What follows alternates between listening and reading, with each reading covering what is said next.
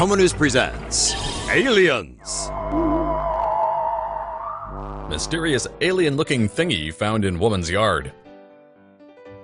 This is the bizarre creature a Californian woman says she found right outside of her house in San Jose. Struggling to understand what on earth that was, the woman posted the picture online. Needless to say, the internet community went wild. It's for sure an alien, some said. But is it really? Couldn't it just be, like this user thinks, an animal fetus?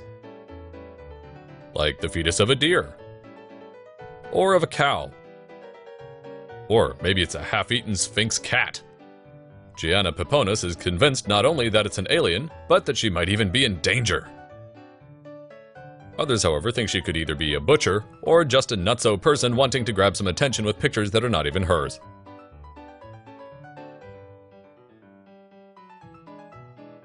Tell us what you think the mysterious corpse could be in the comments below. Alien theorists claim to see crab facehugger in Martian cave. NASA's Mars Curiosity rover has picked up some pretty interesting images of the red planet. The latest fascinating image includes one feature that space enthusiasts say looks very similar to a facehugger from the movie Alien, or a giant crab. Can you see it? Here's a closer look courtesy of UFOs. Scientists say that seeing recognizable animals or objects in clouds or rock formations is a psychological response called pareidolia. That's why people can see things that aren't there. But what if a giant crab-like creature did live on Mars? That means there's got to be water there too. Or the potential for all kinds of life forms to exist in a harsh environment on the fourth planet from the sun. David Lazarus from the Los Angeles Times tweeted, "Rock on Mars that looks like hideous crab monster identified by scientists as just a rock." This isn't the first time an image from Mars has stirred up us Earthlings. Back in 1976, NASA's Viking 1 orbiter snapped a picture of what appeared to be a face staring back from the Martian surface. It turned out that was just a rock too. Researchers shed new light on how Egyptians moved stones to build the pyramids.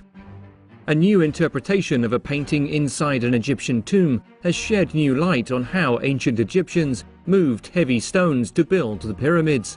The stones used to create the Egyptian pyramids weighed on average about 2.5 tons each. Research shows workers would move the stones on sleds. However, the friction of wood against dry sand in the desert caused significant drag and would create a sand berm in front of the sled as it moved forward. Workers would then need to clear the build-up of sand before the sled could be moved again. Researchers' new interpretation of an ancient Egyptian painting shows workers may have poured water onto the sand in front of the sleds. This would cause micro droplets of water to bind to the grains of sand, creating a form across the grains and making the sand stiffer, significantly reducing friction and drag as the sled was moved forward. Scientists say this discovery could even have implications for how modern society can effectively transport everything, including sand, cement and flour. Did NASA cut off an International Space Station camera feed showing UFOs leave Earth? A YouTube video claiming to show UFOs leaving Earth has gone viral. So what's the proof in the pudding? Are Mulder and Scully on the case? Have our alien overlords finally come to take us back into that starry sky? This is the video here.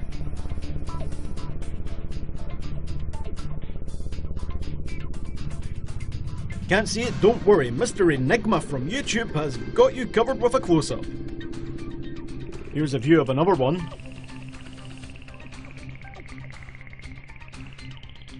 And here's another view of our alien masters. The NASA feed from the International Space Station cuts off as the objects exit Earth's atmosphere. So far, the video has received over 800,000 views on YouTube. One commenter wrote in reply, "NASA, never a straight answer." Another wrote, "Just another SpaceX try." And another references Mothra, the classical Japanese kaiju monster. Sick reference, dude.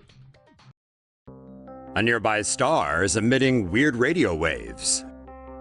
A star close to our solar system was found last week to be playing some pretty weird jams on the radio. Well, not exactly.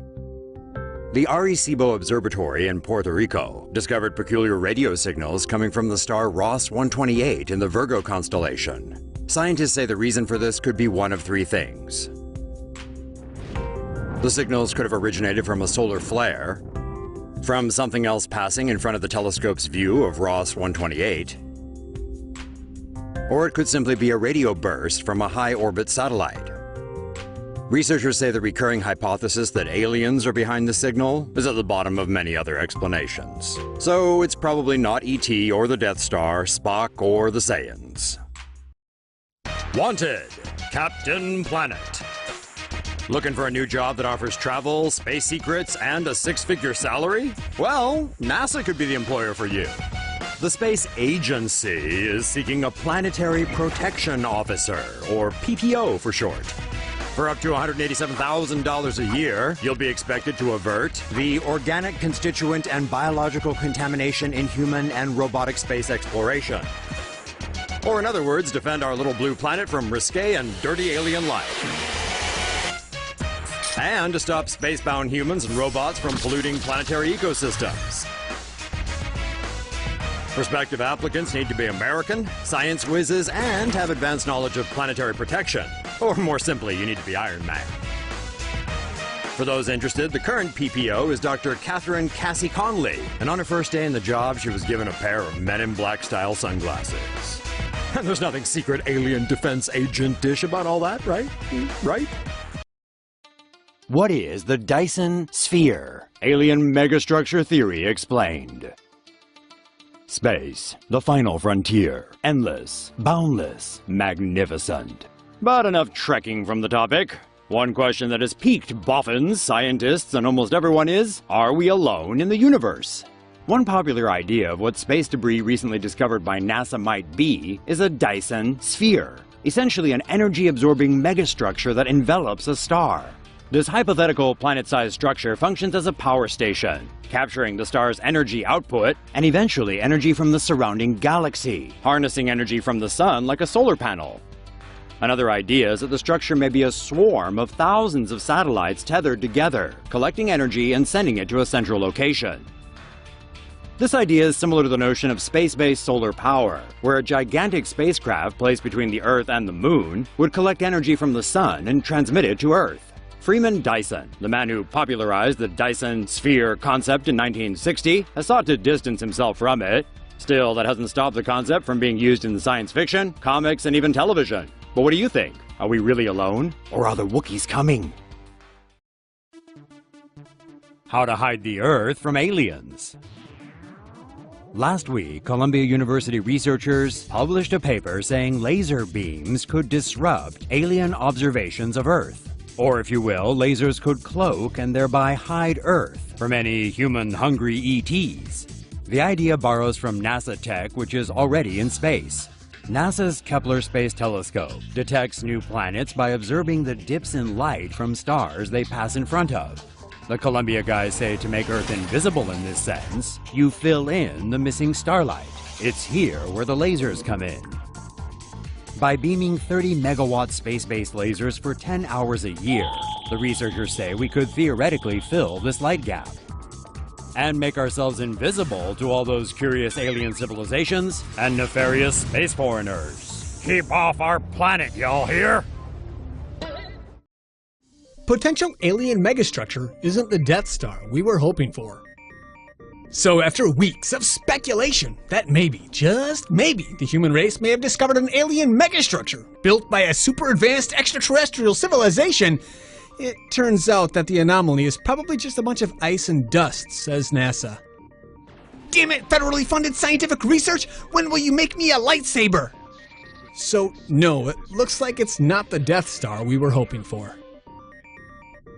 An anomaly around the star KIC 8462852 that scientists earlier this year posited may be evidence of an alien megastructure is likely to be a swarm of comets, new research suggests. NASA used the Spitzer Space Telescope to observe data from the star in infrared light to test for other possibilities of what the debris might be. NASA says that if planetary impact or an asteroid collision was the cause of the debris, there would have been excess infrared light surrounding the star. Spitzer found none. While NASA doesn't rule out the megastructure theory, it gives more weight to the notion that comets of varying shapes and sizes are what caused the anomaly initially observed. So is that it? Will Yoda and Boba Fett not be joining us for the premiere of The Force Awakens? Are we really all alone? Sound off in the comments and let us know. Researchers say intelligent alien life existed but might be extinct. In a search to find intelligent alien life, researchers have revised astronomer Frank Drake's 1961 proposal, which is now known as the Drake equation, and have found that extraterrestrial civilizations may have lived before our time. The equation is used to estimate the number of alien civilizations with the means to communicate in the Milky Way galaxy. The equation factors in a number of super scientific things like the average rate of star formation in our galaxy, and the number of planets that have the potential to sustain civilized life as we know it. Oh yeah, again, it emphasizes those that can communicate. A new paper released in Astrobiology suggests a way to simplify the equation by taking in new information discovered by NASA's Kepler telescope. Kepler has, since the 1990s, discovered a number of exoplanets, or planets that are similar to Earth. According to the study, alien life was plentiful, but is now most likely extinct. And other aliens probably won't evolve until we are long gone, so perhaps we really are alone. NASA reckons the moons of Jupiter and Saturn may support life. New research from NASA suggests that the vast oceans found on moons orbiting Saturn and Jupiter could support microorganic life. On Enceladus, Saturn's sixth largest moon, the Cassini spacecraft found evidence of hydrogen gas during a deep dive through a water plume in October of 2016. Hydrogen and other chemical elements, along with water and energy, are key for supporting life. Scientists suspect this points to the possibility of microbial life existing on Enceladus.